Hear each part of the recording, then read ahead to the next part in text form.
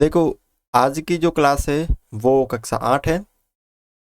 प्रश्नावली है 2.2। Question number करेंगे हम 13। क्या दे रखा है कि एक परिमेय संख्या है। एक क्या है? परिमेय संख्या है। अब को उसको एक परिमेय संख्या को 5/2 से गुणा करके 2/3 जोड़ने पे उत्तर कितना प्राप्त होता है? -7/12 प्राप्त होता है। तो वे संख्या क्या है? अब देखो यहाँ पे क्या करना है आपको। हल। माना परिमेय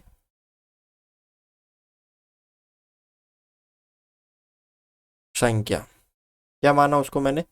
x मान लिया कि वो परिमेय संख्या क्या है? x है। अब प्रश्न अनुसार प्रश्न क्या कह रहा है कि उस परिमेय संख्या को, जो ये परिमेय संख्या को है, 5/2 से गुणा करके, ठीक है, इनको 5/2 से गुणा करके इसमें 2/3 जोड़ने पर इसका जो उत्तर होगा वो -7/12 प्राप्त होगा। तो वो संख्या निकालनी, तो x का मान निकालना, तो अब इसको सरल ही तो करना है। तो x इंटू, इसको सेम रहने दीजिए, x इंटू 5/2, ये प्लस के 2/3 है, इधर आएंगे तो माइनस के हो जाएंगे। तो पहले से माइनस के 7/12 है, और आ जाएंगे तो माइनस के 2/3 हो जाएंगे। ठीक है। अब देखो, x इंटू 5/2, दोनों का एलसीएम कितना आ गया? 12।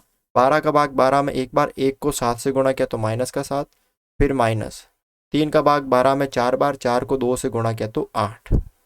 अब देखो यहाँ पे x इंटू 5/2 बराबर 8 भी माइनस का, 7 भी माइनस का, तो माइनस के कितना हो गई? 15 बटा नीचे 12। अब देखो ये x इंटू 5/2 माइनस के 15/12। अब ये 5/2 इधर गुणा में, और जैसे अगर हम भिन्न किसी भिन्न को उधर भेजेंगे तो वो गुणा में जाएगी लेकिन चेंज हो जाएगी। ठीक है, तो x इधर है और माइनस के 15/12, और भिन्न गुणा में जाएगी लेकिन वो चेंज हो जाएगी, 2/5 हो जाएगी। 5/2 की जगह 2/5 हो जाएगी। 2 से इसको काट दिया 6 बार, और 5 को इसको इससे काट दिया 3 बार, 3 को इससे काट दिया 2 बार। तो कुल मिला के ऊपर तो बचा 1 और नीचे बचा 2 और माइनस का, तो इसका आंसर कितना आ गया? -1/2। वापस समझ समझ लो इसको कि जो परिमेय संख्या वो उसको माना मैंने x, उसको 5/2 से गुणा कर दिया, फिर उसमें 2/3 जोड़ दिया, फिर उसको जो उत्तर आएगा वो -7/12 होगा। वापस वही किया मैंने, ये जो 2/3 प्लस के थे इधर भेज दिए, सरल कर दिया तो -15/12 आ गए। जब भिन्न को अगर देखो ध्यान से देखना, ये 2 इधर भाग में, तो इधर गुणा में आ गए ऊपर, ये 5 इधर गुणा में तो नीचे भाग में आ गए। ठीक है, ऐसे इसमें करना आपको। क्वेश्चन नंबर देखो 14, ये थोड़ा बड़ा क्वेश्चन है, समझना जरूरी है। देखो, लक्ष्मी एक बैंक में खजांची है, उसके पास नकदी के रूप में 100 रुपये, 50 रुपये और 10 रुपये वाले नोट है। उसके पास 100 रुपये के भी नोट है, 50 रुपये के भी नोट है और 10 रुपये के भी नोट है। उनकी संख्याओं में क्रमशः अनुपात दे रखा है 2, 3, 5। 100 रुपये वाले 2 है, ठीक है, और 50 रुपये वाले 3 अनुपात में है, और 10 रुपये वाले 5 है। तो उनका कुल मूल्य 4 लाख रुपए है। तो प्रत्येक प्रकार के कितने कितने नोट हैं? नोटों की संख्या आपको बतानी है, ना कि मूल्य बताना है। ठीक है, तो अब ध्यान से देखो हल। यहाँ पे क्या आ गया? हल। तो अब इसका अनुपात में दे रखा है कि ये इतने हैं, ये इतने हैं। तो ध्यान से देखना, 100 रुपए के नोट की संख्या या नोटों की संख्या कितनी है अनुपात में, तो उसके पीछे क्या लगा दो? x, यानी 2x नोट है। कितने भी नोट है उसको हमने यहाँ पे 2x, x का मान तो निकालना है। 50 रुपए के नोटों की संख्या कितने हैं वो 3x, और 10 रुपए के नोटों की संख्या 5x। अनुपात में दे रखा था कि 100 रुपए के 2x हो गए, 50 रुपए के 3x हो गए, और 10 रुपए के 5x हो गए। अब देखो 100 रुपए के नोटों का मूल्य कितना हो जाएगा कि मेरे पास मान लीजिए यहाँ पे 2x की जगह 5 नोट है, तो 100 को 5 से गुणा ही करूंगा, यानी जितने नोटों की संख्या उसको अगर मैं 100 से गुणा कर दूंगा तो 100 कितने रुपए हैं वो आ जाएंगे, यानी 100 का कुल मूल्य कितना है वो आ जाएगा ना। तो जितने नोटों की संख्या है उतने से ही तो 100 से गुणा करूंगा।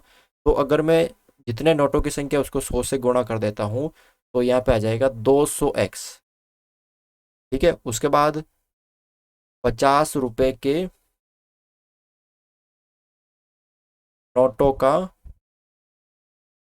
मूल्य। अब 50 रुपए के नोटों की संख्या कितनी है 3x है, उसको अगर मैं 50 से गुणा कर दूंगा तो 150x। ठीक है, उसके बाद यहाँ पे 10 रुपए के नोटों की नोटों का मूल्य है ना, नोटों का मूल्य 10 रुपए के नोट कितने हैं 5x है, और उसको 10 से गुणा कर दिया तो 50x। अब देखो यहाँ पे ये नोटों की संख्या हो गई, ये मूल्य हो गया। अब कुल मूल्य कितना है 4 लाख रुपए। 4 लाख का मतलब है कि 100 रुपए के नोटों का मूल्य, 50 रुपए नोटों का मूल्य और 10 रुपए नोटों का मूल्य तो टोटल बराबर है। तो 100 रुपए का कितना है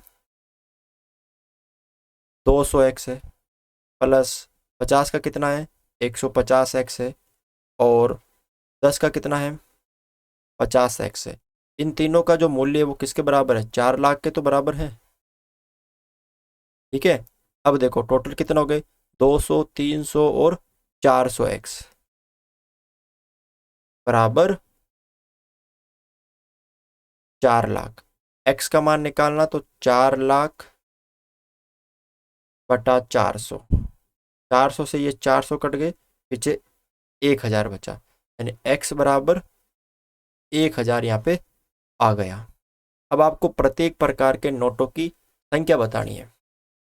तो 100 रुपए के नोटों की संख्या कितने नोट है 2x, यानी 2 × 1000 बराबर कितना हो जाएंगे यहाँ पे 2000। इसी तरह 50 रुपए के नोटों की संख्या कितने हैं 3x, यानी 3 × 1000 बराबर 3000। उसके बाद 10 रुपए के नोटों की संख्या कितनी है 5x, यानी 5 × 1000 यानी 5000।